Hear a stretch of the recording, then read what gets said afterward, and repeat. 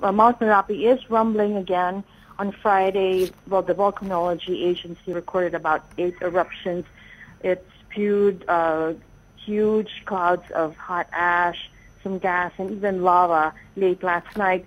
And so volcanologists are saying and telling the people who insist on going up the slopes again during the day to check on their homes and their livestock to stay away and to stay in evacuation centers, which are located outside the danger zone of the volcano. Manita?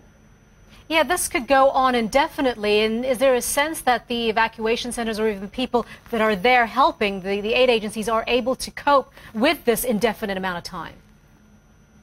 Well, certainly the demands are huge. For about 47,000 people who were displaced by the eruption last Tuesday.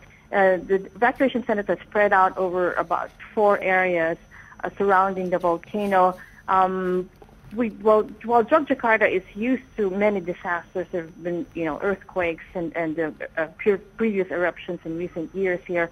The relief workers are based here. Many of the organizations are based here. The systems are in place. But again, there is a huge amount of work to be done in terms of taking care of these evacuees in the camps. One of the main concerns is health.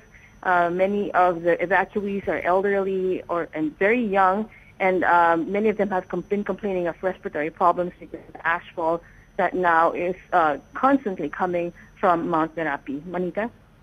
Yeah, that leads me to my next question, Kathy. How are they coping? These people who have been displaced, who cannot go back to their home, don't know when if they can go back to their homes. How are they coping?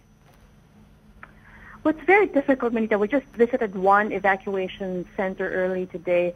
We have to note that a lot of these people have lived through many eruptions of Mount Merapi in the past decades, even. But still, conditions there are harsh. The places are cramped. Hundreds of people have to fit into one room, sleeping on mats on a very hard floor. Few have were able to bring their own belongings from their homes. They just brought their clothes on their backs. So, there are very little blankets around. It gets cold at night. And of course, they also have to fight boredom during the day. They're just sitting around there. And that's the reason why, a lot of the people still insist on going up the slopes again to tend to their livelihoods because, they say, we have no money. We're here in evacuation centers and we don't know when we're going back home.